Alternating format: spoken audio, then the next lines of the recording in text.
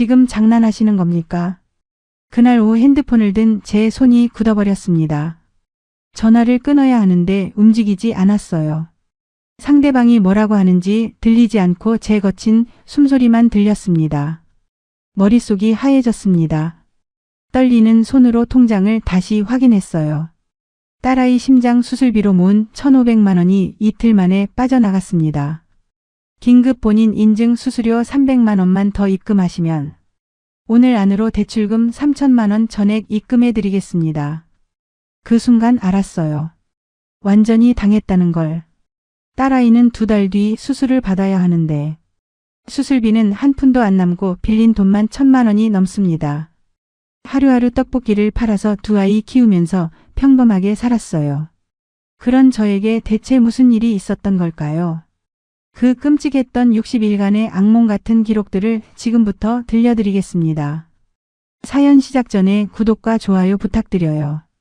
은비진생 편지를 찾아주신 고마운 분들께 행복과 기쁨이 가득하시길 바랍니다. 그해 3월이었습니다. 봄바람이 불기 시작하던 어느 화요일 오전.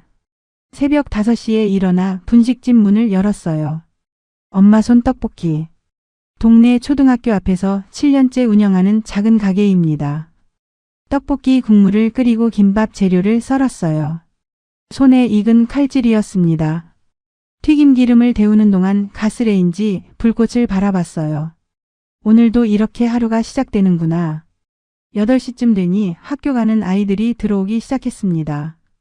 떡볶이를 주문하고 김밥 포장을 부탁하는 밝은 목소리들이 이어졌어요. 떡볶이를 담아주면서 생각했습니다. 우리 딸 서연이도 저렇게 건강하게 학교 갈 수 있으면 얼마나 좋을까.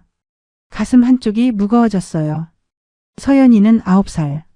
초등학교 2학년인데 선천성 심장병을 앓고 있었습니다. 태어날 때부터 심장에 구멍이 있었지만 작아서 큰 문제 없이 지내왔어요. 의사 선생님도 크면서 자연스럽게 막힐 수도 있다고 했었죠. 그런데 작년 가을 체육 시간에 서연이가 쓰러졌습니다. 서연이 담임 선생님의 목소리가 아직도 귓가에 맴돕니다. 어머니 빨리 오셔야겠습니다. 서연이가 의식을 잃었어요. 선생님의 전화를 받고 분식집 문을 잠근 채 택시를 잡아탔어요. 가는 내내 손이 떨렸습니다. 제발 아무 일 없게 해달라고 입술을 깨물며 기도했어요. 검사 결과는 심실중격 결손증 악화였습니다. 심장에 구멍이 커졌다고 했어요. 3개월 안에 수술하지 않으면 심부전으로 이어질 수 있다는 설명을 듣는 순간 눈앞이 캄캄해졌습니다. 의사 선생님은 수술 성공률이 높으니 걱정하지 말라고 차분하게 설명했어요. 다만 비용이 좀 들어간다고 했습니다. 보험 적용되는 부분을 빼고도 본인 부담금이 3,800만 원 정도 될 거라고 했어요. 3,800만 원. 그 숫자가 머릿속에서 맴돌았습니다. 분식집 한 달 순수익이 200만 원 남짓. 월세 내고 생활비 쓰면 저축할 여유가 없었어요. 통장에 있는 돈은 적금 포함해서 500만 원 정도. 3,300만 원이 더 필요했습니다. 그날 밤 잠을 이룰 수가 없었습니다. 옆에서 자고 있는 서연이의 숨소리가 들렸어요. 가늘고 고른 숨소리. 천장을 바라보며 생각했습니다. 이 아이를 어떻게든 살려야 한다고. 다음 날부터 은행을 찾아다녔습니다. 시중은행 4곳을 돌았어요. 기존 분식집 개업하며 받은 대출 800만 원이 있다며 모두 거절당했습니다. 신용등급이 낮았고 추가로 담보로 잡을 만한 재산도 없었거든요.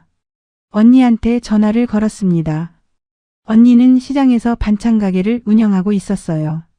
서연이 수술비가 필요한데 좀 도와줄 수 있냐고 물었습니다. 전화기 너머로 한참 동안 침묵이 흘렀어요. 언니도 사정이 어려운 걸 알고 있었습니다. 얼마나 필요하냐는 언니 목소리가 떨렸어요. 며칠 뒤 언니가 분식집으로 왔습니다. 손에 든 봉투를 조심스럽게 건넸어요. 열어보니 500만 원이 들어 있었습니다. 눈물이 났어요. 언니가 고개를 돌리며 더 있으면 다 주고 싶은데 미안하다고 말했습니다. 언니 목소리가 갈라졌어요. 저는 언니를 안았습니다. 고맙다는 말밖에 할 수 없었어요. 그날 밤 친구들한테도 연락을 돌리기 시작했어요. 고등학교 동창 미영이가 300만 원 빌려줬습니다. 분식집 단골 손님이었던 정숙이 언니도 200만 원을 보태줬어요. 적금도 다 깼습니다. 그렇게 모은 돈이 1,500만 원. 여전히 2,300만 원이 부족했습니다. 매일 밤 계산기를 두드렸어요. 월세며 생활비를 생각하면 한 달에 최소 160만 원은 있어야 했습니다. 분식집 수입으로는 그걸 감당하기도 빠듯한데 2,300만 원을 어떻게 구하죠? 밤 12시가 넘어서까지 핸드폰을 들여다봤습니다. 혹시 방법이 없을까? 검색창에 긴급 대출이라고 쳤어요. 수십 개의 광고가 떴습니다. 저신용자 가능, 당일 승인 최대 5천만 원. 하나하나 눌러봤지만 대부분 고금리 대부업체였어요. 그러다 눈에 들어온 광고가 있었습니다. 정부 인증 금융기관, 저금리 생활자금 대출 최대 3천만 원.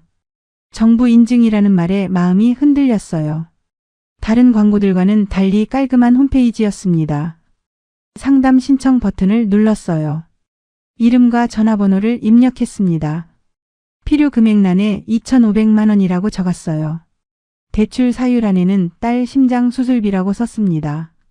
신청 완료 메시지가 떴어요. 영업일 기준 1일 이내 연락드리겠다는 안내였습니다. 핸드폰을 내려놓고 마음속으로 간절히 기도했습니다. 이번에는 제발 승인이 되게 해달라고. 하지만 그때는 알지 못했습니다. 간절했던 그날의 기도가 앞으로 제 인생을 송두리째 흔들어 놓을 시작이었다는 걸요. 다음 날 오전 10시쯤 전화가 왔습니다. 낯선 번호였어요. 전화를 받았더니 밝은 여자 목소리였습니다. 혹시 최은혜 고객님 맞으십니까? 한국서민금융공사 대출 상담팀 박지영 상담사라고 했어요. 가슴이 뛰었습니다. 네, 맞습니다. 제 목소리가 떨렸어요. 상담사는 어제 신청하신 생활자금 대출건으로 연락드렸다고 했습니다. 목소리가 차분하고 친절했어요. 혹시 지금 통화 가능하시냐고 물었습니다. 네, 괜찮습니다. 다급하게 대답했어요. 상담사가 말했습니다. 고객님 신청서를 접수하고 확인했습니다. 따님 수술비 때문에 급하시다고 적으셨더라고요. 목소리에 걱정이 묻어났습니다. 많이 힘드시겠어요. 그 말에 눈물이 흘렀습니다. 누군가 제 사정을 이해해 주는 것 같았어요. 네, 그렇습니다. 3개월 안에 수술해야 하는데 돈이 부족해서요. 목소리가 떨렸어요. 상담사가 한숨을 쉬었습니다. 안타깝네요. 저도 딸 키우는 엄마라서 마음이 이해가 돼요. 그 말에 마음이 조금 편해졌어요. 이 사람은 저를 이해해 줄 것 같았습니다. 상담사가 설명을 이어갔어요. 일단 서류 검토를 해봐야 하는데요. 소득 증빙이랑 신용정보 조회 동의서를 이메일로 보내주셔야 해요. 이메일 주소를 알려줬습니다. 서류 양식은 바로 보내드릴게요. 고맙다고 말했어요. 전화를 끊고 이메일을 확인했습니다. 서류 양식이 왔어요. 프린트해서 작성했습니다. 손이 떨려서 글씨가 제대로 써지지 않았어요. 사진을 찍어서 이메일로 보냈습니다. 그날 오후에 다시 전화가 왔습니다. 이번에는 남자 목소리였어요. 한국서민금융공사 심사본부 김태훈 본부장이라고 했습니다. 목소리가 중후하고 신뢰감 있었어요. 서류 검토했다며 몇 가지 확인할 게 있다고 했습니다. 현재 신용등급이 어떻게 되시냐고 물었어요. 6등급이라고 대답했습니다. 김태훈 본부장이 잠시 침묵했습니다. 그리고는 한숨을 쉬었어요. 고객님, 솔직히 말씀드리자면 일반 대출은 어려워 보입니다. 심장이 철렁 내려앉았습니다. 왜요? 신용등급이 낮아서요. 목소리가 급해졌어요. 김태훈 본부장이 말했습니다. 네, 저희 기준이 4등급 이상이거든요. 그리고 기존 대출도 있으시고요. 그럼 안 되는 건가요? 제발 방법이 없을까요? 사정하듯 물었습니다. 김태훈 본부장이 깊게 한숨을 쉬었어요. 고객님, 제가 내부적으로 회의를 좀 해볼게요. 잠시만 기다려 주시겠어요? 전화기 너머로 문 닫는 소리가 들렸습니다. 멀리서 여러 사람들이 대화하는 소리가 들렸어요. 심장이 미친 듯이 뛰었습니다. 입술이 바짝 말랐어요. 5분쯤 지나서 다시 김태훈 본부장 목소리가 들렸습니다. 고객님, 팀원들이랑 상의했습니다. 조심스럽게 말을 꺼냈어요. 저희가 일반적으로는 안내하지 않는 방법인데 고객님 사정이 워낙 급하시니까 특별히 말씀드립니다. 무슨 방법이냐고 물었습니다. 목소리에 희망이 묻어났어요. 김태훈 본부장이 설명했습니다. 신용등급 임시 조정 제도라는 게 있어요. 금융위원회에서 긴급한 경우에 한해서 등급을 일시적으로 상향할 수 있거든요. 그럼 저도 가능한 건가요? 급하게 물었습니다. 김태훈 본부장이 대답했어요. 가능은 합니다. 다만 이 제도를 이용하려면 금융위원회 승인 수수료가 필요해요. 250만 원 정도요. 250만 원. 작은 금액은 아니었습니다. 하지만 3천만 원을 받으려면 감수해야 하는 건가? 머릿속이 복잡해졌어요. 이게 정말 가능한 건가요? 제가 조심스럽게 물었습니다. 혹시 사기 같은 건 아니죠? 김태훈 본부장이 당황한 듯 말했어요. 고객님, 저희는 정부 인증 금융기관입니다. 금융감독원 등록번호도 다 있고요. 다만 이 제도 자체가 비공개라서 일반인들은 잘 모르시는 거죠. 목소리에 약간의 서운함이 묻어났습니다. 저는 미안한 마음이 들었어요. 의심해서 죄송하다고 말했습니다. 김태훈 본부장이 한숨을 쉬며 말했어요. 아니에요, 고객님. 요즘 사기가 많아서 조심하시는 게 당연하죠. 솔직히 저도 딸을 키우는 아빠거든요. 그래서 고객님 마음이 이해가 돼서 이렇게 말씀드리는 겁니다. 그 말에 마음이 흔들렸어요. 자식 아프면 부모는 뭐든 하고 싶잖아요. 김태훈 본부장이 말을 이었습니다. 저도 딸이 작년에 아파서 병원비 때문에 고생했거든요. 그래서 더 안타까워서요. 목소리가 진심처럼 들렸습니다. 고맙다고 말했어요. 그럼 250만 원을 입금하면 되는 거냐고 물었습니다. 네, 맞습니다. 오늘 입금하시면 내일 등급 조정 들어가고 빠르면 모레까지 대출금 입금 가능합니다. 계좌번호를 받아 적었습니다. 예금주는 한국서민금융공사 국민은행 계좌였어요. 은행 앱을 켰습니다. 손이 떨렸어요. 통장 잔액 1,500만 원. 250만 원을 입력했어요. 확인 버튼 앞에서 멈췄습니다. 심장이 터질 것 같았습니다. 정말 괜찮을까? 이게 맞는 걸까? 그때 서연이 얼굴이 떠올랐습니다. 병원 침대에 누워있던 창백한 얼굴. 엄마, 나 괜찮아질 수 있어? 하고 물어보던 그 작은 목소리. 눈을 질끈 감았습니다. 그리고 이체 완료 버튼을 눌렀어요. 통장에서 250만 원이 빠져나갔습니다. 화면을 보는 순간 온몸에서 힘이 빠졌어요. 문자를 보냈습니다.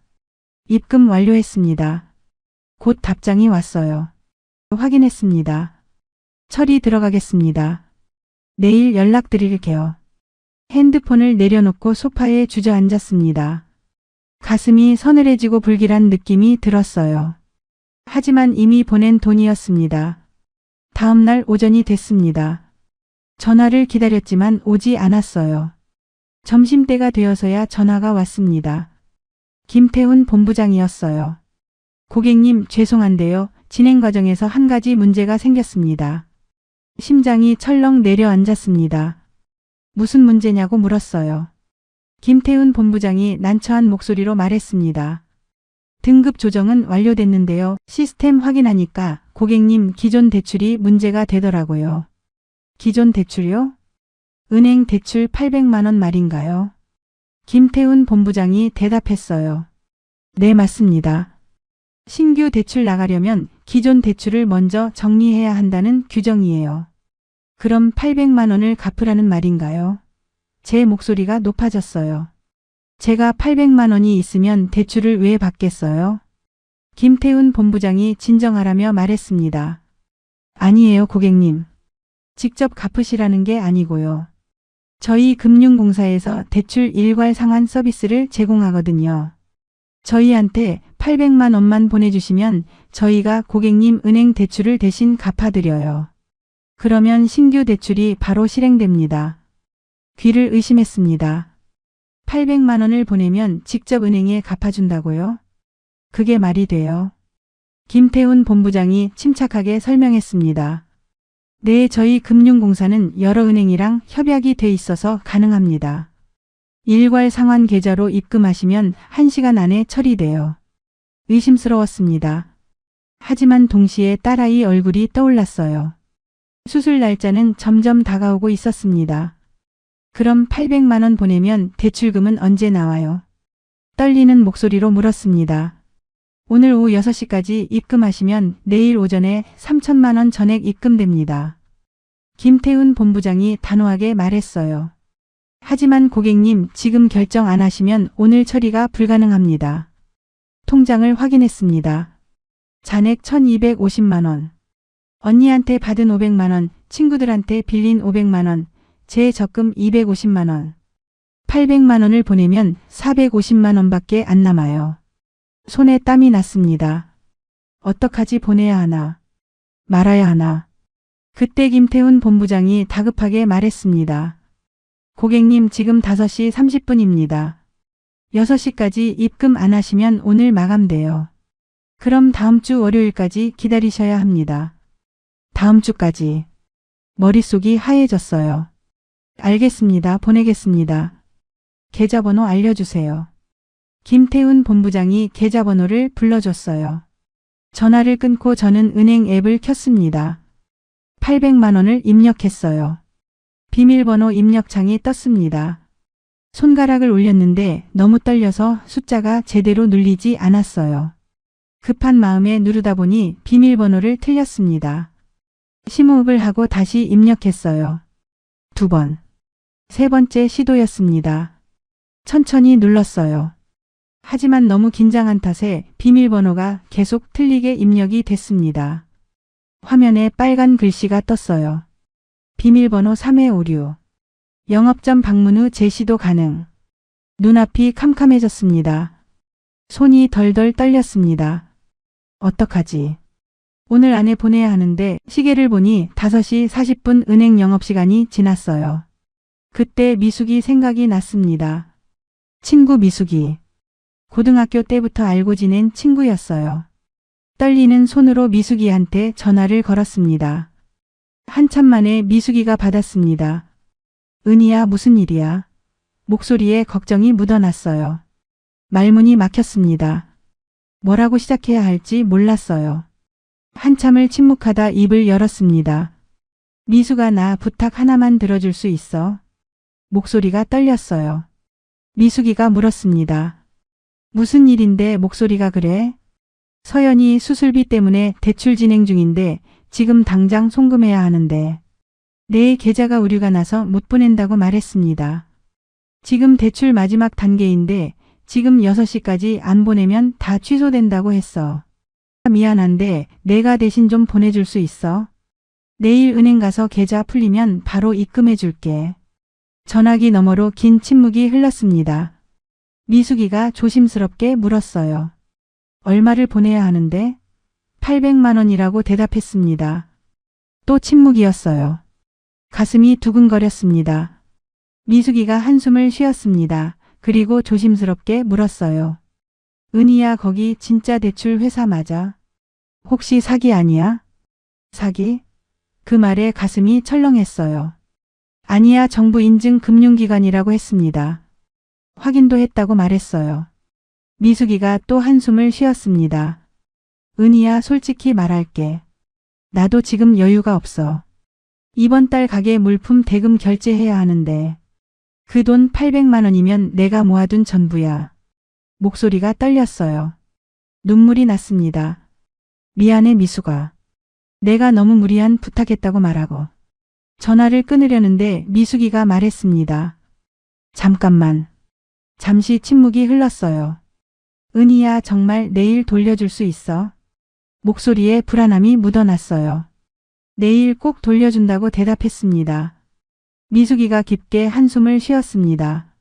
알았어, 도와줄게. 근데 은희야 정말 조심해. 뭔가 이상하면 바로 경찰에 신고하고. 고맙다고 말했어요. 목이 메었습니다. 정말 고맙다고 했어요. 계좌번호를 불러줬어요. 10분쯤 지나 미숙이한테 문자가 왔습니다. 보냈어 확인해봐. 김태훈 본부장한테 문자를 보냈습니다. 입금 완료했다고 했어요. 곧 전화가 왔습니다. 확인했다는 말이었어요. 이제 대출 승인 처리 들어간다고 했습니다. 늦어도 내일 오전까지는 입금된다는 말이었습니다. 고맙다고 말했어요. 전화를 끊고 가슴을 쓸어내렸어요. 드디어 끝났다. 이제 대출금만 들어오면 서연이 수술도 할 수 있고 모든 게 잘 해결될 거야. 하지만 가슴 한구석이 무거웠습니다. 다음 날 아침이었습니다. 눈을 뜨자마자 은행 앱부터 확인했습니다. 여전히 아무것도 없었어요. 가슴이 답답했습니다. 9시가 됐습니다. 10시, 11시. 계속 통장을 확인했지만 아무것도 들어오지 않았어요. 점심때쯤 전화가 왔습니다. 김태훈 본부장이었어요. 고객님 죄송합니다. 시스템 점검 때문에 입금이 조금 지연되고 있다는 말했어요. 오늘 오후까지는 처리된다고 했습니다. 그 말에 안도했어요. 그럼 오늘 들어온다는 거죠? 그런데 김태훈 본부장이 난처한 듯 말을 이었어요. 근데 고객님 한 가지 확인할 게 있다고 했습니다. 어제 입금하신 계좌가 본인 명의가 아니라서 시스템에서 오류가 났다는 거였어요. 본인 명의 계좌로 다시 입금해야 정상 처리가 가능하다고 했습니다. 저는 제 귀를 의심했습니다. 뭐라고요? 어제 알려준 계좌로 정확하게 보냈는데 그게 무슨 말이냐고 물었어요. 제 목소리가 높아졌습니다. 김태훈 본부장이 난처한 목소리로 말했습니다. 대출 진행 시 입금은 반드시 본인 명의로 돼야 한다는 규정이라는 거였어요. 친구분 명의로 입금되어서 시스템이 막혔다고 했습니다. 말도 안 된다고 소리쳤어요. 분명히 알려준 계좌로 보냈는데 누가 보낸 게 무슨 문제냐고 따졌습니다. 김태훈 본부장이 침착하게 말했습니다. 규정이 그렇다는 말이었어요. 본인 명의로 800만 원을 다시 입금해야 처리된다고 했습니다. 제 통장은 지금 비밀번호 오류로 잠겨 있다고 말했어요. 은행에 가서 처리해야 해서 지금 바로 입금은 힘들다고 말했습니다. 김태훈 본부장이 한숨을 쉬었습니다. 그럼 대출 신청 처리가 불가능하다는 말이었어요. 어떻게 되는 거냐고 물었습니다. 목소리가 떨렸어요. 김태훈 본부장이 차갑게 말했습니다. 지금까지 진행했던 대출 신청을 취소해야 한다고 했어요. 취소하면 그동안 입금한 금액은 수수료로 공제되고 일부만 환불 처리된다는 말이었습니다. 심장이 멎는 것 같았어요. 얼마나 공제되냐고 물었습니다. 김태훈 본부장이 대답했습니다. 처리 수수료하고 시스템 이용료 공제하면 한 200만 원 정도 돌려드릴 수 있을 것 같다고 말했어요. 200만 원. 머릿속으로 계산했습니다. 지금까지 1,050만 원을 보냈어요. 200만 원만 돌려받으면 850만 원이 날아가는 겁니다. 그럴 수는 없다고 말했습니다. 제가 돈을 다 보냈는데 850만 원을 공제한다는 게 말이 되냐고 소리쳤어요. 그건 사기 아니냐고 따졌습니다. 김태훈 본부장이 사무적인 말투로 말했습니다. 내부 규정입니다. 고객님이 본인 명의로 입금 안 하신 건데 저희가 어떡합니까? 목소리에 짜증이 묻어났습니다. 전화기를 쥔 손이 떨렸어요. 입술을 깨물었습니다. 방법이 정말 없냐고 물었어요. 김태훈 본부장이 잠시 침묵했습니다. 그러더니 한숨을 쉬었어요. 이번에도 방법이 하나 있긴 한데 이건 정말 특별한 경우에만 쓰는 거라고 했습니다. 무슨 방법이냐고 급하게 물었어요. 긴급 본인 인증 시스템이라는 게 있다고 했습니다. 본인 통장이 잠겨 있어도 긴급 인증 수수료를 납부하면 시스템상으로 본인 인증이 된다는 거였어요. 그러면 오늘 안에 대출 실행이 가능하다고 했습니다. 수수료가 얼마냐고 물었어요. 300만 원이라는 대답이었습니다. 300만 원을 추가로 입금하면 친구분이 보낸 800만 원도 바로 환불 처리되고 대출금 3천만 원도 오늘 밤에 입금된다고 했습니다. 하지만 손이 떨렸어요. 또 보내야 한다는 게 무서웠습니다. 이게 정말 마지막이냐고 물었어요. 이것만 보내면 진짜 끝나는 거냐고 물었습니다. 김태훈 본부장이 오늘 안에 모든 게 해결된다고 대답했어요. 하지만 지금 결정 안 하시면 취소 수순을 받는다고 했습니다. 빠른 결정을 해달라는 말이었어요. 전화를 끊고 멍하니 앉아 있었어요. 손이 부들부들 떨렸습니다. 300만 원을 보낼까? 아니면 지금 그만둘까? 그만두면 850만 원 날립니다. 보내면 모든 게 해결될 거라고 합니다. 하지만 정말 그럴까요? 가슴속에서 차가운 불안이 계속 커져갔어요. 뭔가 잘못됐다는 느낌. 그 느낌이 온몸을 감쌌습니다. 그때 핸드폰이 울렸습니다. 김태훈 본부장이었어요. 고객님 결정하셨냐는 말이었습니다. 시간이 없다고 했어요. 지금 안 하시면 바로 취소 처리 들어간다고 재촉했습니다. 취소가 된다는 말에 마음이 급해졌어요. 은행으로 달려가 비밀번호를 재설정했습니다. 손이 떨렸지만 300만 원을 송금했어요. 송금 완료. 미숙이에게 급하게 빌린 800만 원도 은행에서 송금을 하고 돌아왔어요. 통장 잔액 150만 원. 이제 끝이겠죠. 김태훈 본부장에게 입금 확인해달라고 문자를 보냈습니다. 오늘은 대출이 처리되겠지 생각했어요. 하지만 가슴속 불안은 사라지지 않았습니다. 그날 저녁 6시가 됐습니다. 대출금이 들어오지 않았어요. 7시, 8시. 계속 통장을 확인했습니다. 아무것도 없었어요. 9시가 넘어가자 불안감이 커졌습니다. 김태훈 본부장한테 전화를 걸었어요. 연결이 안 됐습니다. 문자를 보냈어요. 답장이 없었어요. 밤이 되도록 여전히 연락이 없었어요. 가슴이 터질 것 같았습니다. 눈물이 멈추지 않았어요. 하지만 그때는 몰랐습니다. 이게 시작일 뿐이라는 걸요. 그날 밤 언니한테 전화를 걸었습니다. 목소리가 떨렸어요. 돈을 계속 내라고만 하는데 대출금은 안 나온다고 말했습니다. 어떡하냐고 울먹였어요. 언니가 놀라서 물었습니다. 지금 어디 은행에 전화한 거냐고 했어요. 혹시 사기 아니냐는 말이었습니다. 사기? 그 말에 가슴이 철렁 내려앉았습니다.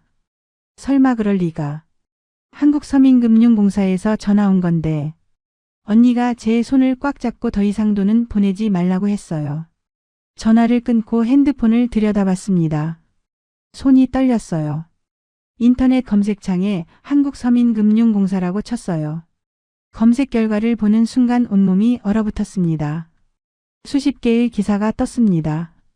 신용등급 조정 명목 편취, 기존 대출 상환 명목 편취, 긴급 본인 인증 수수료 명목 편취.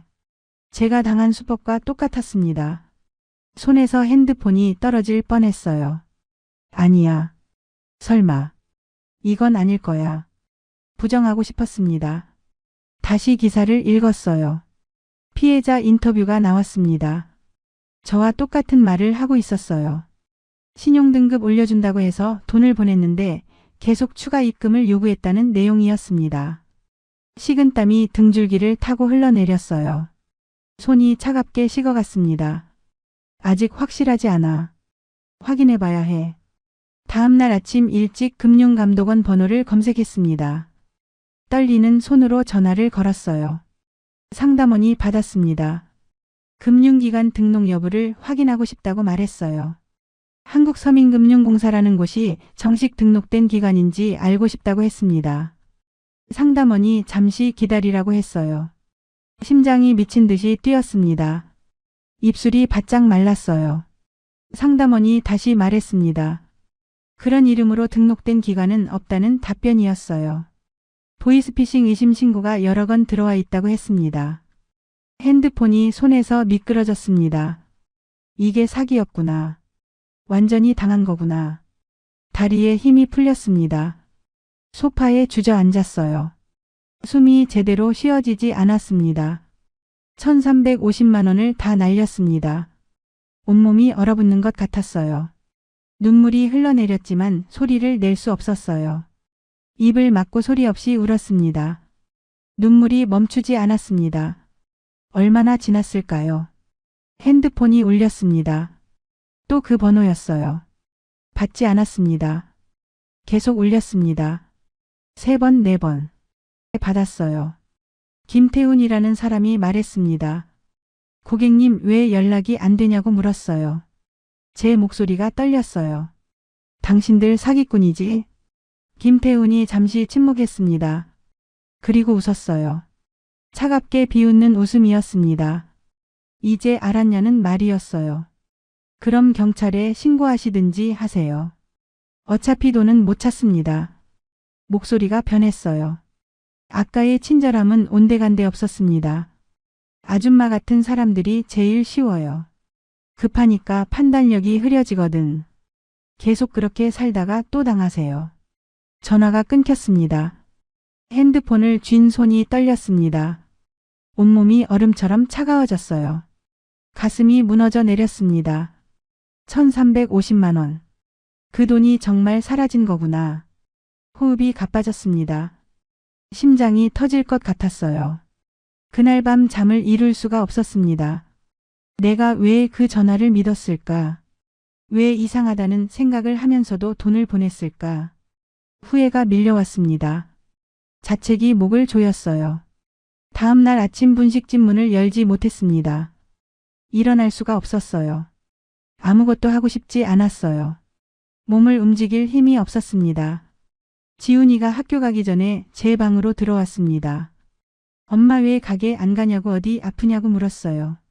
괜찮다고 대답했어요. 엄마 좀 쉬려고 한다고 말했습니다. 학교 잘 다녀오라고 했어요. 지훈이가 걱정스러운 얼굴로 나갔습니다. 문을 닫는 소리가 들렸습니다. 이불을 뒤집었었어요. 또 눈물이 났습니다. 소리 내서 울 수도 없었어요. 입을 막고 울었습니다. 빌린 돈은 어떻게 갚지? 우리 서연이 수술은 어떻게 하지? 며칠 동안을 그렇게 누워만 있었는지 몰라요. 경찰서에 가야 한다는 생각이 들었어요. 신고라도 해야 했습니다. 옷을 주워 입고 집을 나섰어요. 경찰서 민원실 직원에게 사정을 설명했습니다. 보이스피싱 당했다고 말했어요. 대출을 해준다고 해서 1350만 원을 송금했는데 대출금도 안 나온다고 가지고 있던 돈만 뺏겼다고 했습니다. 직원이 서류를 건네며 신고서를 작성하라고 했어요. 금융거래 내역도 제출하라고 했습니다. 신고 접수 처리되고 수사가 진행되면 연락한다는 말이었어요. 그게 다였습니다. 돈을 찾을 수 있냐고 물었어요. 수사가 접수되고 진행이 돼봐야 알 수 있다고 기다려보라는 답변만 받았습니다. 집으로 돌아오는 버스 안에서 눈물이 흐르려 했지만 참았어요. 창밖으로 지나가는 거리 풍경이 흐릿하게 보였습니다. 그날 밤 서연이가 제 옆에 누우며 작은 손으로 제 손을 잡았어요. 엄마 울었냐고 물었습니다. 눈이 빨갛다는 말이었어요. 아니라고 대답했습니다. 엄마 안 울었다고 했어요. 그냥 눈이 좀 피곤해서 그렇다고 말했습니다. 서연이는 고개를 끄덕이며 제 손을 꼭 쥐었어요.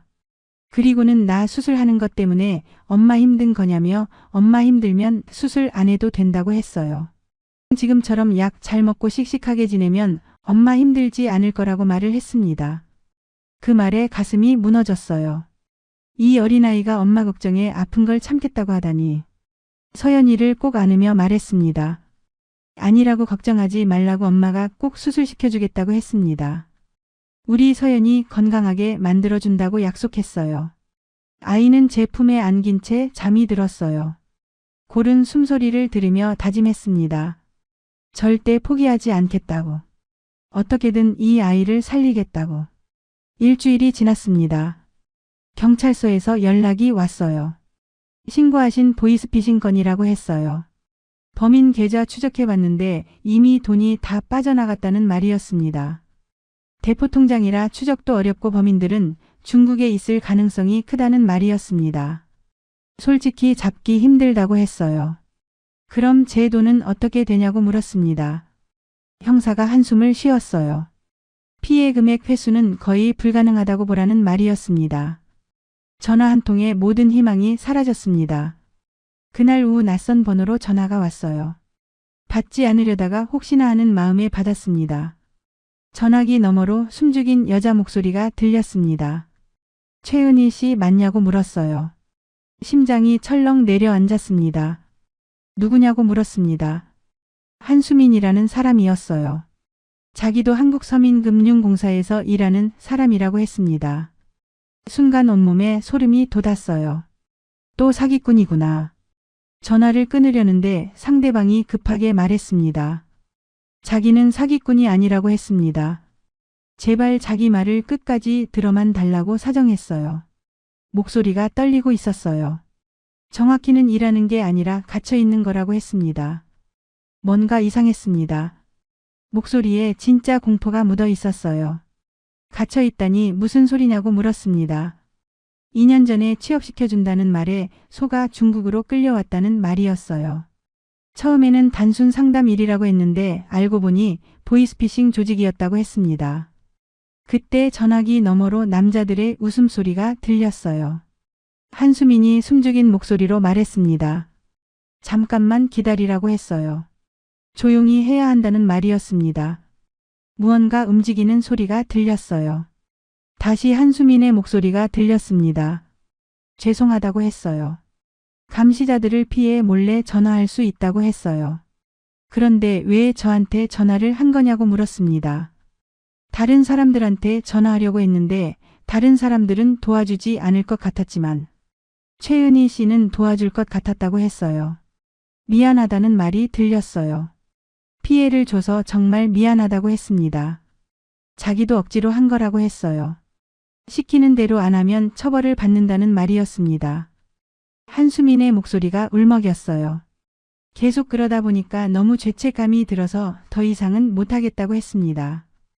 은희 씨 딸이 아프다는 말을 들었다고 했어요. 심장 수술비라고 했다는 말. 그 말을 듣는 순간 자기 동생 생각이 났다고 했습니다. 동생도 심장병에 걸려 하늘나라에 갔다고 말했어요. 숨소리가 거칠어졌습니다. 그래서 제발 도와달라고 했어요. 그리고 자기는 여기서 나가고 싶다고 말했습니다. 머릿속이 복잡해졌어요. 이게 진짜일까? 아니면 또 사기일까? 제가 어떻게 당신 말을 믿을 수 있냐고 물었습니다. 당신도 그 사기꾼들 중 한 명이 잤냐고 말했어요. 한수민이 잠시 침묵하더니 떨리는 목소리로 말했습니다. 맞다고 자기도 사기꾼이었다고 했습니다. 은희 씨는 자기한테 속은 피해자라고 했어요. 근데 자기도 한편으로는 이곳에서 피해자라는 말이었습니다. 그때 전화기 너머로 문 두드리는 소리가 들렸습니다. 남자 목소리였어요. 빨리 안 나오냐는 말이었습니다. 한수민이 다급하게 대답했어요.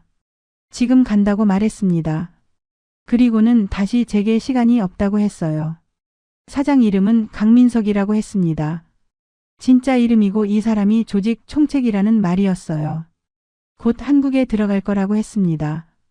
그때 잡을 수 있게 자기가 정보를 준다는 말이었습니다. 떨리는 손으로 메모했습니다. 언제 들어오냐고 물었어요.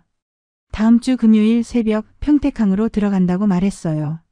중국에서 배로 들어온다고 했습니다. 정확한 선박 이름은 알아봐서 다시 연락한다고 했어요. 평택항이냐고 되물었습니다. 밀 입국 루트라는 말이었어요. 강민석은 감시망을 피해 매번 그 경로로만 입출국을 한다고 했습니다. 한수민이 간절하게 말했습니다. 경찰한테 꼭 신고해 달라는 말이었어요. 그 사람이 잡혀야지 자기도 이곳에서 나갈 수 있다고 했습니다. 저는 알겠다고 대답했어요. 꼭 신고하겠다고 말했습니다. 대답이 끝나기도 전에 전화가 끊겼습니다. 멍하니 핸드폰을 내려다봤어요. 이게 정말일까? 또 속는 건 아닐까? 하지만 한수민의 목소리에는 절박함이 묻어 있었습니다. 바로 경찰서로 전화를 걸었어요. 지난번에 보이스피싱 신고 접수한 사람이라고 말했습니다. 제보가 들어왔다고 했어요. 담당 형사가 한숨을 쉬었습니다. 아줌마 또 전화했냐는 말이었어요. 귀찮다는 말투로 무슨 제보냐고 물었습니다. 조직 총책 이름은 강민석이고 다음 주 금요일 새벽에 평택항으로 입국한다고 말했어요. 형사는 시큰둥하게 대답했어요. 그게 확실한 정보냐고 물었습니다. 누구한테 들었냐는 말이었어요. 형사가 제 이야기에 비웃는 듯한 목소리로 말했어요. 아줌마 그거 또 사기예요. 범인들이 아줌마 돈 더 뜯어내려고 그러는 거라고 했습니다. 아니라고 이번엔 진짜라고 했어요. 형사가 짜증 섞인 목소리로 말했습니다. 확실한 증거 없으면 수사 못합니다. 선박 이름이랑 정확한 입항 시간이 없으면 못 잡는다는 말이었습니다. 알겠다고 대답했어요. 알아내서 다시 연락하겠다고 말했습니다. 전화를 끊고 한수민에게 문자를 보냈어요. 수사가 진행되려면 선박 이름하고 정확한 입항 시간 정보가 필요하다고 물었습니다. 1시간 뒤 답장이 왔습니다. 알아보겠다는 말이었어요. 시간 좀 달라는 내용이었습니다. 이틀이 지났습니다. 한수민에게서 전화가 왔어요. 은희 씨 알아냈다고 했습니다. 선박 이름은 금성호라는 말이었어요. 금요일 새벽 5시 30분 평택항 국제여객터미널 도착이라고 했습니다. 급히 메모했습니다. 확실한 거냐고 물었어요. 확실하다고 했습니다. 오늘 새벽에 강민석이 일찍 출근했는데 간부들이랑 회의하느라 사무실을 비웠을 때 그 틈에 총책방에 몰래 들어갔다고 했습니다. 책상 서랍에서 배표를 봤다는 거였어요. 사진도 찍었다고 했습니다. 한수민이 떨리는 목소리로 말했습니다. 이거 들키면 자기 진짜 죽는다는 말이었어요. 방에서 나올 때 간부 한 명이랑 마주쳤는데 뭐하냐고 의심의 눈초리로 물어 태연하게 서류 놓고 나오는 길이라며 둘러댔다고 말했습니다. 믿었는지 모르겠다며 의심하고 있을지도 모른다고 두려움에 떨고 있었어요. 고맙다고 조심하라고 했어요. 한수민이 말했습니다. 은희 씨 이 정보로 꼭 그 사람을 잡아주세요. 그래야 저도 살 수 있어요. 목소리가 간절했습니다. 꼭 잡겠다고 말했습니다. 전화를 끊고 바로 경찰서에 전화를 걸었습니다. 요청한 정보를 다 알아냈다고 말했어요. 선박 이름 금성호 금요일 새벽 5시 30분. 평택항 국제여객터미널 도착이라고 했습니다. 형사가 잠시 침묵하더니 물었습니다. 그 정보 확실해요. 어떻게 알아냈냐고 물었습니다. 조직 내부 사람이 총책 방에 들어가서 배표를 직접 봤다고 대답했어요. 사진도 찍었다고 했습니다. 형사는 한숨을 길게 내쉬었습니다. 아줌마 정말 그 사람 말을 믿어요. 그게 함정일 수도 있고 장난치는 거일 수도 있지 않냐고 말했어요. 그 말에 화가 치밀어 올랐지만 꾹 참았습니다. 함정이 아니라고 말했어요. 그 사람 목소리 들어보면 알 수 있다고 했습니다. 진짜로 무서워하고 있었어요. 형사님 제발 한 번만 믿어달라고 말했습니다. 이번이 마지막 기회라고 했어요. 그 사람 이번에 놓치면 2번 다시 못 잡는다고 말했습니다. 형사가 귀찮다는 듯이 대답했습니다. 알겠다고 위선에 보고해서 검토해보고 연락하겠다고 했어요. 하지만 기대는 하지 말라고 했어요. 그리고 허위 정보면 책임은 아줌마가 지는 거라고 했습니다. 전화가 끊겼어요. 하지만 그 뒤로 며칠이 지나도록 연락이 없었습니다. 입국일이 코앞으로 다가왔어요. 다시 경찰서로 전화를 걸었습니다. 어떻게 됐냐고 물었어요. 입국 날짜가 얼마 안 남았는데 준비는 하고 있냐고 물었습니다. 형사가 짜증 섞인 목소리로 대답했습니다. 아줌마 지금 바빠요. 우리가 알아서 할 테니까 더 이상 전화하지 말고 끊으라는 말이었습니다. 자기들이 연락하겠다고 말하고는 전화기 신호음이 끊겼습니다. 가슴이 답답했어요. 목구멍에 뭔가 걸린 것처럼 숨이 막혔습니다. 더 이상 경찰을 믿을 수가 없었어요. 그날 밤 잠을 설치며 생각했어요. 경찰이 안 움직이면 어떡하지? 범인을 놓치면 어떡하지? 그날 새벽 저는 벌떡 일어났습니다. 직접 가기로 했어요. 평택항에 가서 제 눈으로 확인하겠다고 결심했습니다. 금요일 새벽 2시 알람이 울리기 전에 이미 눈이 떠졌어요. 한숨도 못 자고 일어나 조용히 옷을 갈아입었습니다. 아이들이 깰까 발소리를 죽였어요. 현관문을 나서는데 큰아들 지훈이가 방문을 열고 나왔습니다. 엄마 어디 가냐고 물었어요. 깜짝 놀라 돌아봤습니다. 엄마 급한 일 있어서 너희 학교 끝나기 전까지 돌아온다고 동생들 잘 챙겨서 학교 다녀오라고 말했습니다. 지훈이가 걱정스러운 눈으로 물었습니다. 위험한 거 아니냐는 말이었어요. 아니라고 괜찮다고 했어요. 엄마 곧 온다고 말했습니다. 그리고는 지훈이를 안아줬어요. 그렇게 아이들을 뒤로하고 차가운 새벽 공기를 마시며 버스 정류장으로 걸어갔습니다. 거리는 텅 비어 있었습니다. 가로등 불빛만 외로이 서 있었습니다. 버스를 기다리는 동안 핸드폰을 꺼내 경찰에게 문자를 보냈습니다. 형사님, 저 지금 평택항으로 갑니다. 범인 확인하면 바로 연락드릴게요. 답장은 오지 않았어요. 버스가 왔습니다. 평택까지 가는 시외버스였어요. 버스 안은 텅 비어 있었습니다. 창밖은 아직 어둠이 가득했어요. 가로등 불빛만 스쳐 지나갔습니다. 터미널에 가까워질수록 심장이 빠르게 뛰고 손에 땀이 났습니다. 평택 터미널에 도착한 건 새벽 4시 30분이었습니다. 택시를 잡아탔어요. 평택항 국제여객 터미널로 가달라고 말했습니다. 기사님이 물었어요. 이른 새벽에 배 타러 가세요? 아니라고 친구 마중 나가는 길이라고 말했어요. 기사님은 더 묻지 않고 차를 몰았습니다. 20분쯤 달렸을까요? 앞으로 바다가 보이기 시작했어요. 어둠 속에서 항구의 불빛들이 깜빡였습니다. 국제여객 터미널에 도착했어요. 새벽이라 그런지 사람이 별로 없었습니다. 몇몇 여행객들과 택시 기사들만 보였어요. 터미널 건물로 들어가 입국장 표지판을 따라 걸었어요. 입국장 앞 대합실에 앉아 시계를 확인했습니다. 5시 10분. 20분 후면 배가 도착합니다. 손에 땀이 났어요. 핸드폰을 꺼내 한수민이 보내준 강민석 사진을 다시 확인했습니다. 흐릿한 화질이었지만 얼굴 윤곽은 알아볼 수 있었어요. 50대 후반 각진 턱 짧은 머리. 이 얼굴을 절대 놓쳐서는 안 됩니다. 심장이 미친 듯이 뛰었어요. 입술이 바짝 말랐습니다. 5시 20분이 됐습니다. 전광판에 금성호 입항 안내가 떴어요. 5시 35분 도착 예정. 자리에서 일어나 입국장 출입구 쪽으로 걸어갔습니다. 창밖으로 어둠 속에서 배가 천천히 들어오는 게 보였어요. 큰 화물선이었습니다. 컨테이너들이 빼곡히 쌓여 있었어요. 배가 부두에 닿았습니다. 30분쯤 지나 입국장 문이 열리고 사람들이 나오기 시작했습니다. 중국인으로 보이는 사람들이 대부분이었어요. 숨소리를 죽이고 한 명 한 명 얼굴을 확인했습니다. 심장이 미친 듯이 뛰었어요. 10명, 20명. 사람들이 계속 나왔습니다. 혹시 놓친 건 아닐까? 불안감이 밀려왔어요. 그때였습니다. 검은색 야상 점퍼를 입은 남자가 걸어 나왔어요. 가방도 없이 손에 핸드폰만 들고 있었습니다. 얼굴을 확인하는 순간 숨이 멎었어요. 사진 속 그 사람이었습니다. 강민서. 제 돈을 가져간 그 사람. 제 딸의 수술비를 훔쳐간 바로 그놈. 김태훈이라는 가짜 이름으로 저를 속인 그 목소리의 주인. 다리가 후들거렸지만 뒤를 따라갔습니다.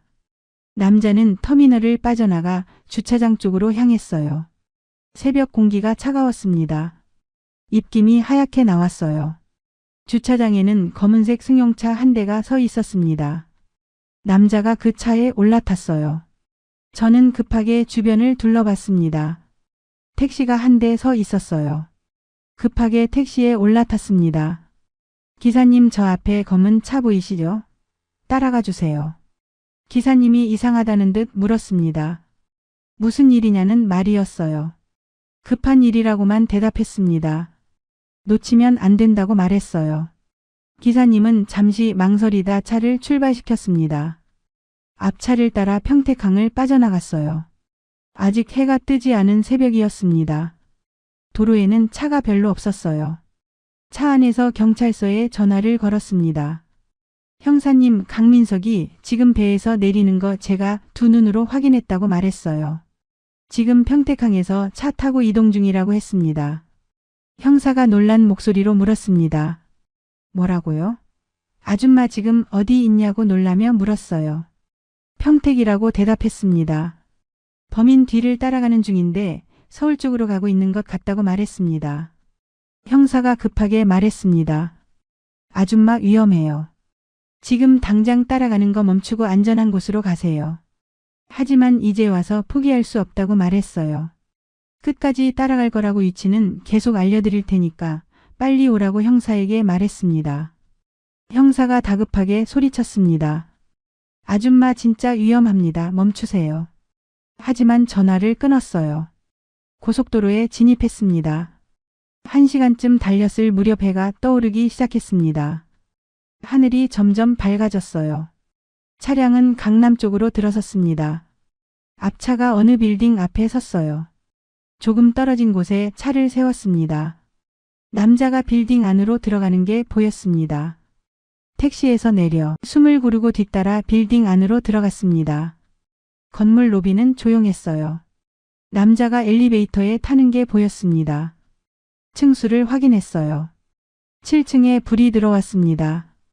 계단으로 올라가기 시작했습니다.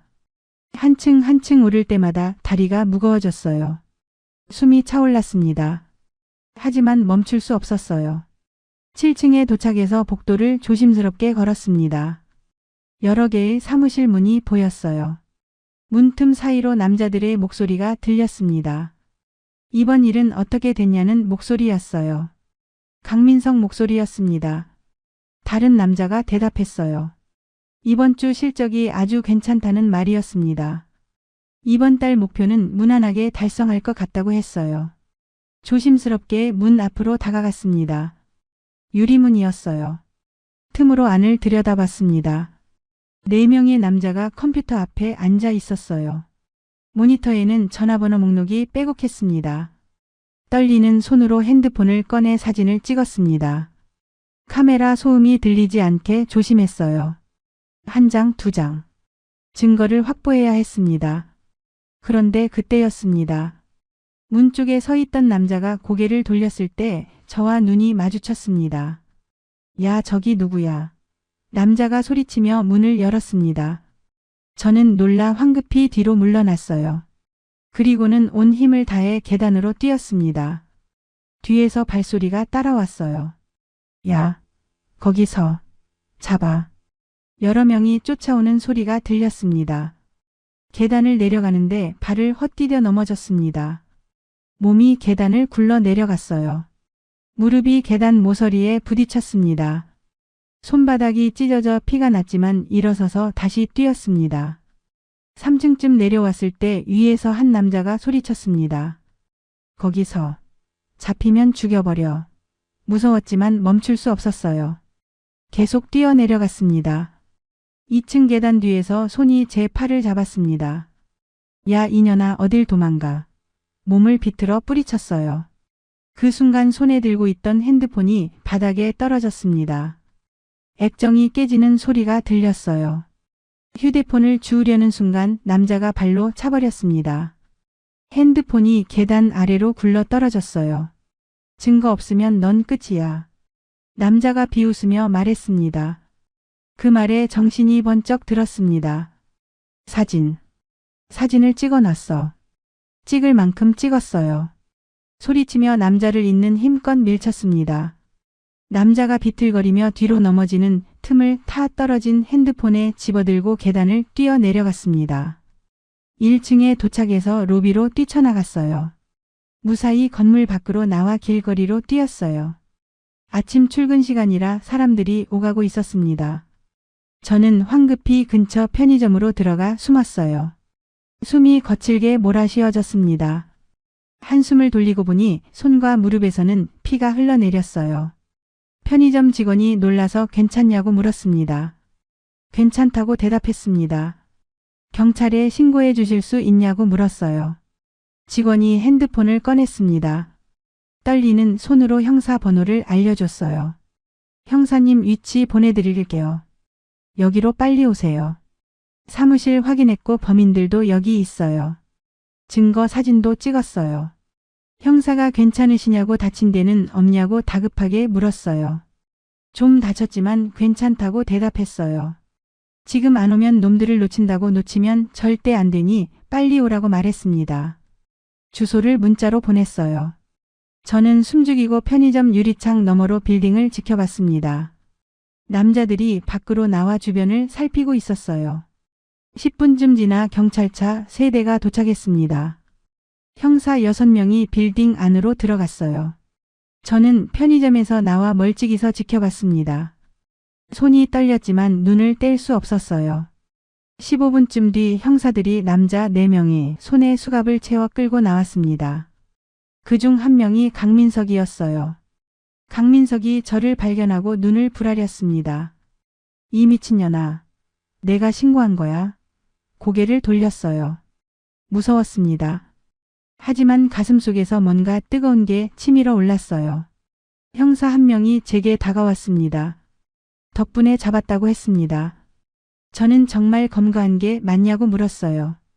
현장에서 컴퓨터에 피해자 명단 수백 건의 증거물들을 다 확보했다고 말했습니다. 이제 끝났다는 말이었습니다. 그 순간 다리에 힘이 풀렸습니다. 옆에 있던 형사가 저를 붙잡아 줬어요. 병원부터 가야겠다 하는 거 아니냐고 물었지만 저는 괜찮다고 대답했습니다. 집에 가고 싶다고 말했어요. 형사가 순찰차로 저를 데려다 줬습니다. 서울 거리를 지나는 차 안에서 창밖을 바라보며 생각했어요. 정말 끝난 건가? 범인을 잡은 건가? 실감이 나지 않았습니다. 그날 저녁 뉴스가 나왔습니다. 분식집 TV에서 긴급 속보를 보도했어요. 긴급 속보 국내 최대 규모 보이스피싱 조직 총책 검거. 경찰이 광역 수사를 통해 보이스피싱 조직을 적발했다는 내용이었습니다. 피해자는 800명이 넘고 피해 금액은 150억 원 이상으로 추정된다고 했어요. 화면에는 강민석이 고개를 숙인 채 경찰차에 오르는 모습이 나왔습니다. 손에 들고 있던 국자가 떨어졌습니다. 단골 할머니가 소리쳤어요. 사장님, 이거 지난번에 사장님이 얘기한 그 놈들이죠. 근데 사장님이 잡은 거 아니냐고 물었어요. 고개를 들 수가 없었습니다. 울음이 터져 나올 것 같았거든요. 그런데 뉴스 어디에도 제 이야기는 없었어요. 제보자가 있었다는 말도 없었고 시민의 도움으로 검거했다는 언급도 없었습니다. 그저 경찰의 철저한 수사로 검거했다는 내용뿐이었어요. 가슴이 답답했지만 그래도 괜찮다고 생각했습니다. 범인을 잡은 게 중요하지 제 이름이 나오는 게 중요한 건 아니니까요. 다음 날 경찰서에서 조서 작성하러 와야 한다고 전화가 왔습니다. 분식집 문을 일찍 닫고 경찰서로 갔습니다. 형사가 저를 조사실로 안내했어요. 딱딱한 의자에 앉아 형사가 서류를 꺼내며 질문을 시작했습니다. 언제 처음 연락을 받았는지, 얼마를 송금했는지, 어떤 경로로 제보를 받았는지 하나하나 대답하면서 그 끔찍했던 순간들이 되살아났어요. 돈을 보낼 때의 그 절박함, 사기를 깨달았을 때의 그 절망감. 목소리가 떨렸지만 끝까지 진술했습니다. 조서 작성이 끝나고 형사가 서류를 정리하며 말했어요. 수고했다는 말이었습니다. 재판 때 증인으로 출석해야 할 수도 있으니 연락 기다리라고 했어요. 그리고 돌아서려는 저를 불러 세웠습니다. 범인명의 재산이 거의 없어서 피해 금액 회수는 어려울 것 같다고 말했어요. 발걸음이 멈췄습니다. 돈을 돌려받을 수 없다는 얘기였어요. 1350만 원. 한 푼도 돌려받을 수 없다니. 형사는 미안하다는 표정도 짓지 않았습니다. 그저 당연하다는 듯이 설명만 이어갔어요. 범죄 수익금은 피해자들한테 배분하는 절차가 있긴 한데 시간도 오래 걸리고 금액도 미미할 거라고 했어요. 피해자가 800명이 넘는다며 나눠 가지면 얼마 안 된다는 말도 덧붙였습니다. 그 자리에 서서 한참을 말없이 있다가 고개를 끄덕이고 나왔습니다. 경찰서 복도를 걸으며 눈물이 났지만 참았어요. 집으로 돌아오는 버스 안에서 생각했습니다. 이게 끝인가? 범인은 잡았지만 제 돈은 돌아오지 않고 딸아이 수술비는 여전히 부족하고 빌린 돈은 갚아야 하는데. 눈물이 흐르려 했지만 참았어요. 창밖으로 지나가는 거리 풍경이 흐릿하게 보였습니다.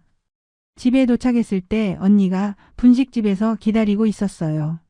언니는 제 얼굴을 보자마자 알았나 봅니다. 말없이 저를 안아줬어요. 언니 품에서야 참았던 눈물이 쏟아졌습니다.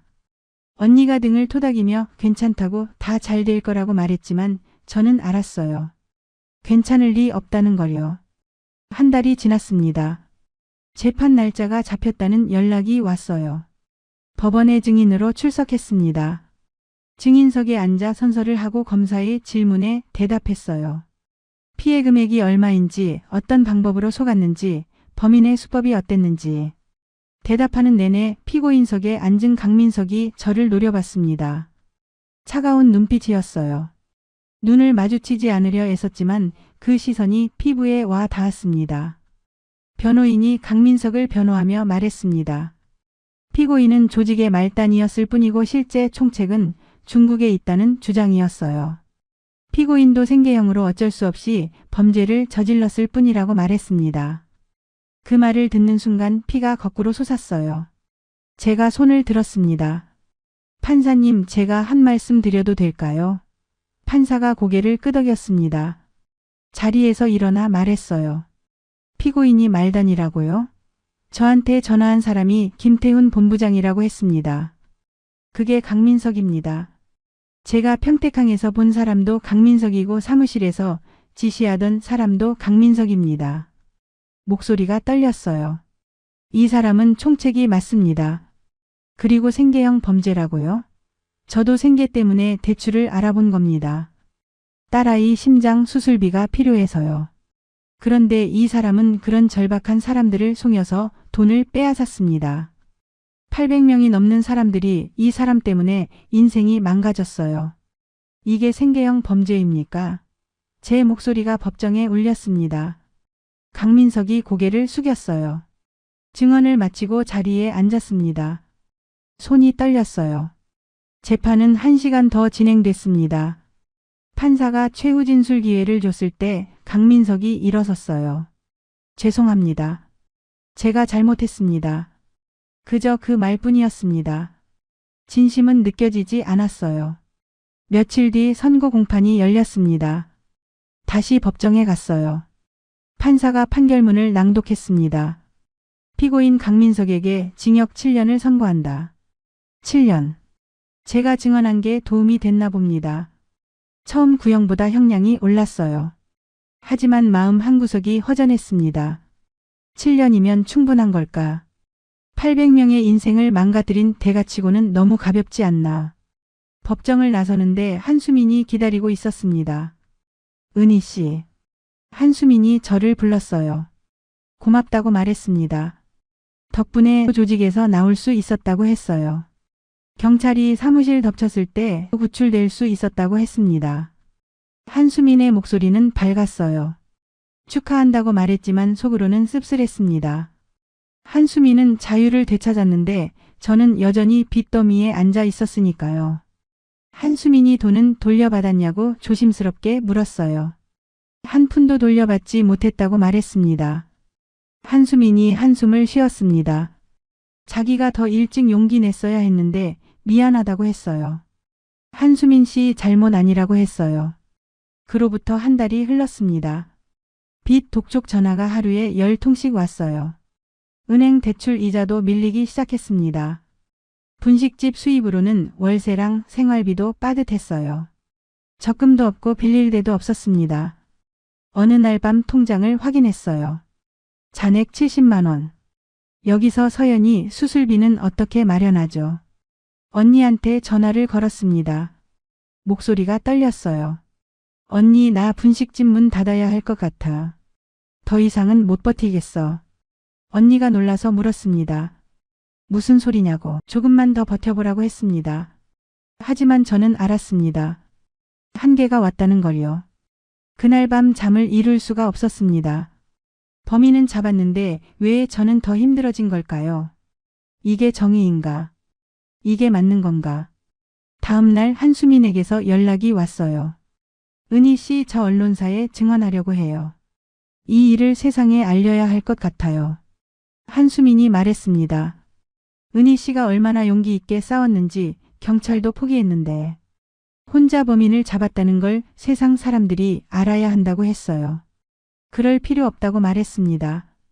이미 범인은 잡혔고 저는 그냥 조용히 살고 싶다고 했어요. 한수민이 간절하게 말했습니다. 은희 씨, 이건 은희 씨만의 이야기가 아니에요. 저 같은 피해자들, 보이스피싱 당한 사람들 모두의 이야기예요.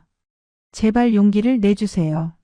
며칠 뒤 KBS 시사 프로그램에서 전화가 왔습니다. 김성민 PD라고 했어요. 혹시 통화 가능하냐고 물었어요. 한수민 씨한테 이야기 들었다며 인터뷰를 요청했습니다. PD님이 설명했습니다. 최은희 씨 사연을 들었는데 정말 대단한 것 같다고 했어요.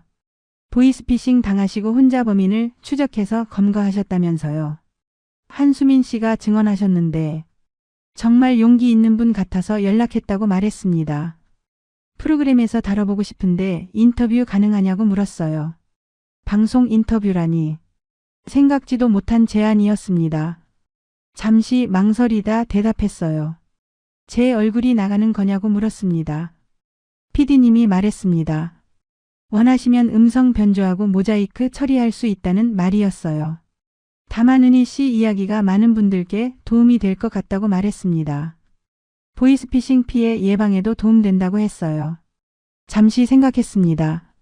제 이야기가 다른 사람들한테 도움이 될 수 있고 같은 피해를 막을 수만 있다면 용기 내서 세상에 알리고 싶었어요. 저는 알겠다고 대답했습니다. 하겠다고 말했어요. 인터뷰는 일주일 뒤 조용한 카페에서 진행됐습니다.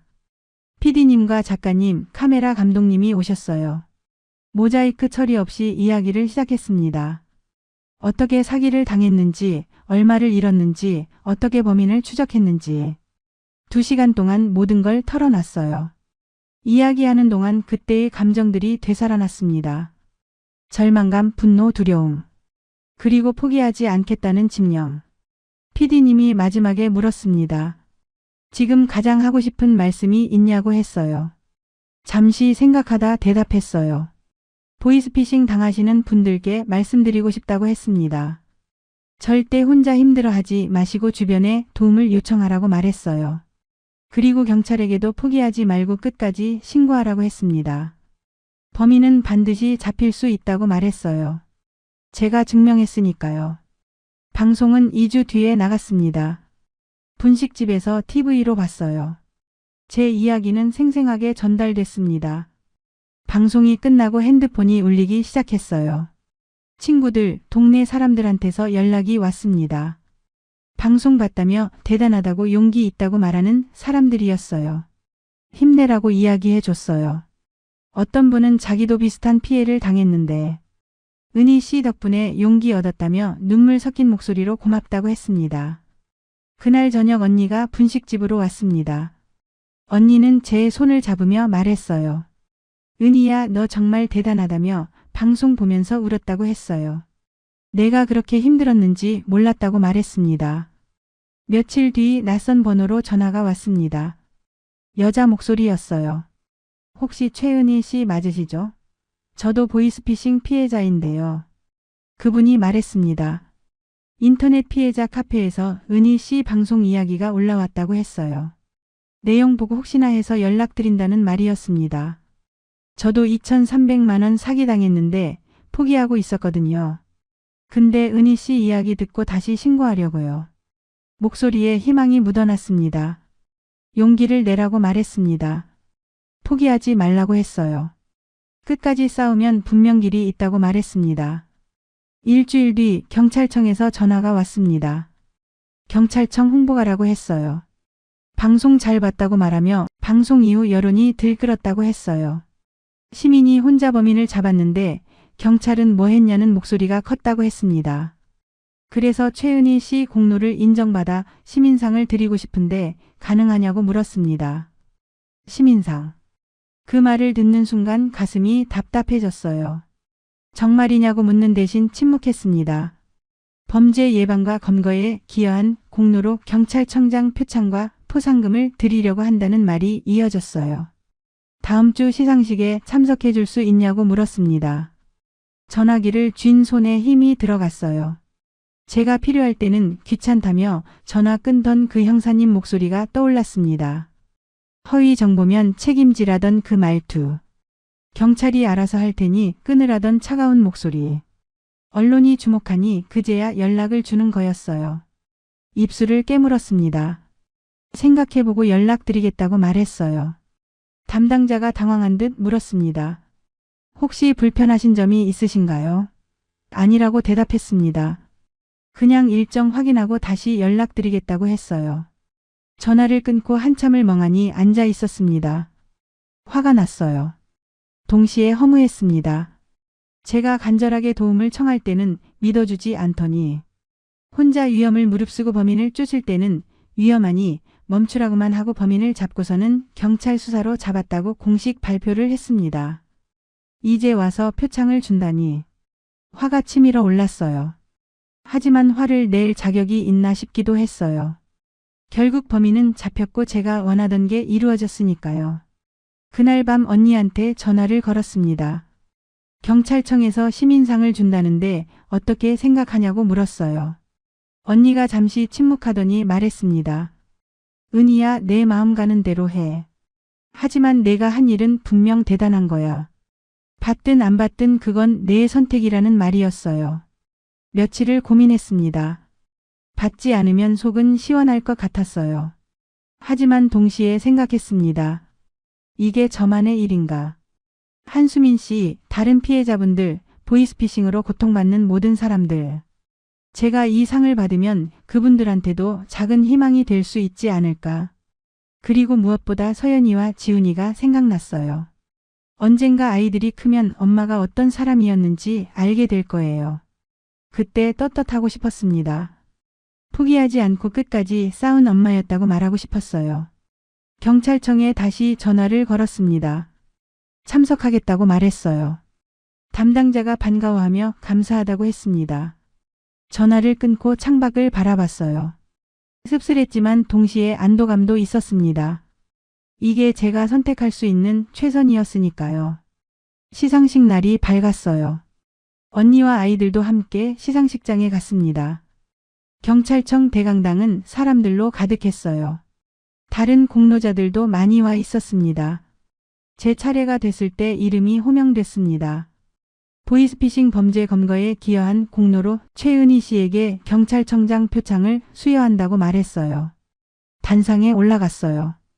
다리가 떨렸지만 걸음을 옮겼습니다. 경찰청장님이 표창장과 포상금 봉투를 건네며 악수를 청했어요. 수고 많았다고 했습니다. 시민의 용기가 대한민국을 안전하게 만들었다고 했어요. 그 말에 눈가가 붉어졌습니다. 표창장을 받아들고 객석을 바라봤어요.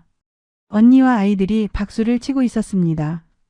객석 사람들도 모두 일어나 박수를 보냈어요.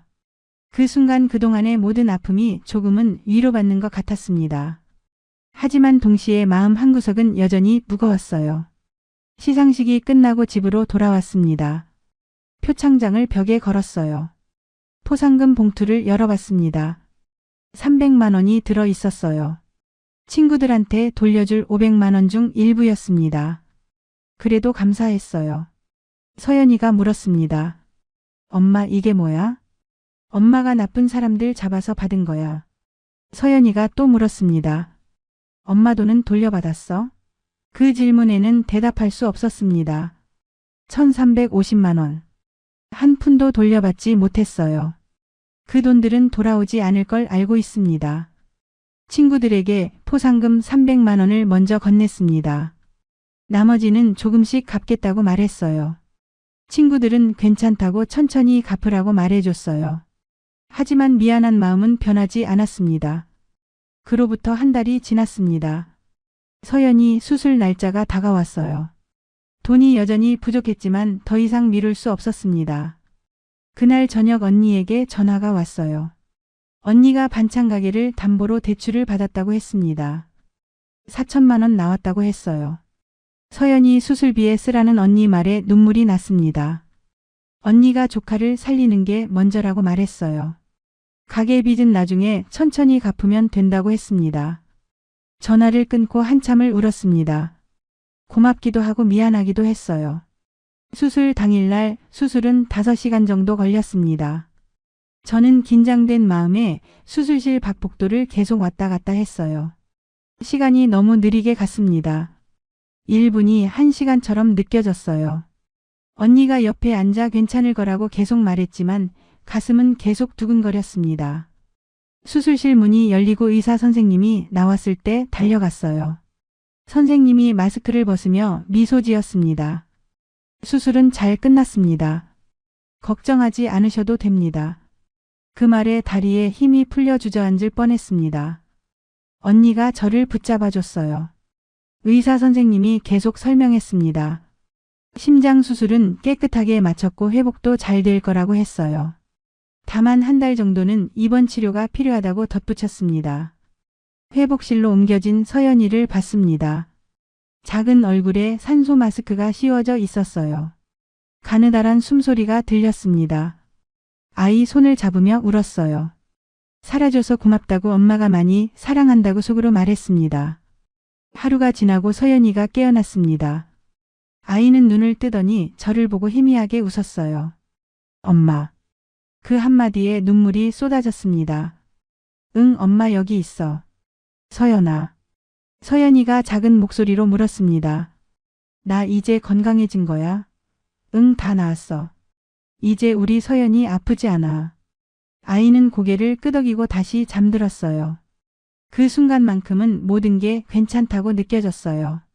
서연이는 한 달 만에 퇴원했습니다. 의사 선생님은 회복이 빠르다며 칭찬했어요. 이제 일상생활이 가능하고 학교도 다닐 수 있다고 했어요. 다만 격한 운동은 피하고 정기검진은 계속 받아야 한다고 당부했습니다. 퇴원하는 날 서연이가 말했습니다. 엄마 나 이제 친구들이랑 뛰어놀 수 있어? 당연하지. 마음껏 놀아. 아이는 환하게 웃었어요. 그 웃음을 보며 확신했습니다. 모든 게 헛되지 않았다고.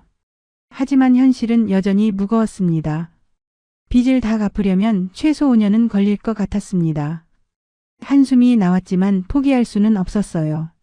지난 1년간의 시간이 주마등처럼 스쳐 지나갔습니다. 사기당한 그날의 절망, 범인을 쫓던 날들의 두려움, 딸 수술실 앞에서의 초조함. 그 모든 순간이 결국 이 평화로운 봄날로 이어졌습니다. 거실 벽에 걸려진 표창장을 바라봤어요. 경찰청장 표창. 범죄 검거에 기여한 공로. 화려한 글씨들이 적혀 있었습니다. 하지만 그 뒤에 숨겨진 진실은 아무도 몰랐어요. 표창은 받았지만 빚은 남았다는 걸. 범인은 잡았지만 돈은 돌아오지 않았다는 것을요. 그럼에도 후회는 하지 않습니다. 만약 제가 포기했다면 그 사기꾼들은 지금도 누군가를 울리고 있을 테니까요. 한수민도 여전히 그곳에 갇혀 있었을 거예요.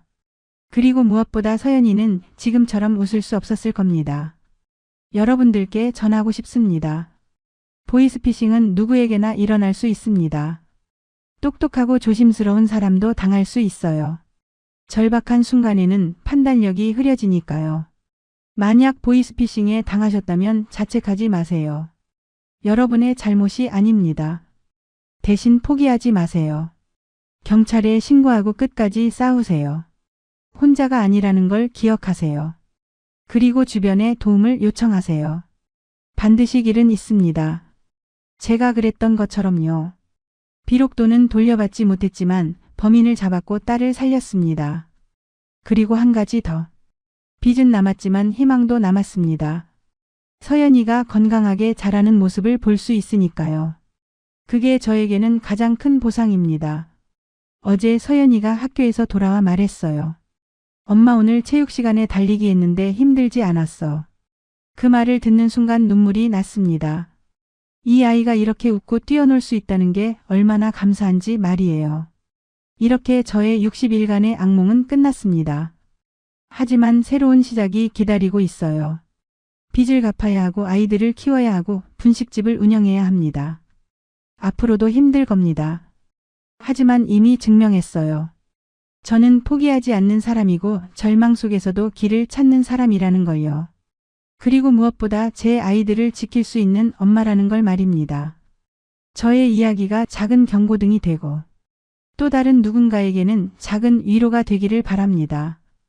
여러분은 인생의 절망 속에서 끝까지 싸워보신 경험이 있으신가요? 댓글로 경험을 나눠주세요.